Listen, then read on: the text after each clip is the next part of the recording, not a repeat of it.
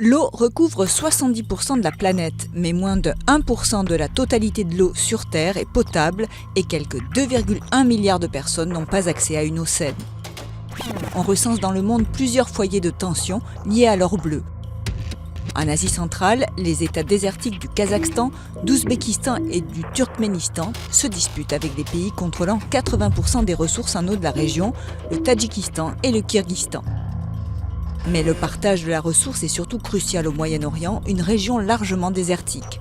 Le lac de Tibériade est le principal réservoir d'eau d'Israël. Il est surtout alimenté par les eaux du Jourdain, dont les 3 sources jaillissent au point de jonction des frontières d'Israël, du Liban et de la Syrie.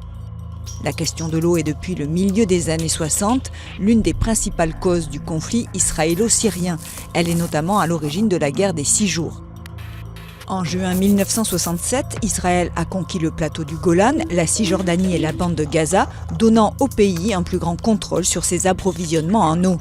Toujours au Moyen-Orient, le Tigre et l'Euphrate prennent leur source en Turquie.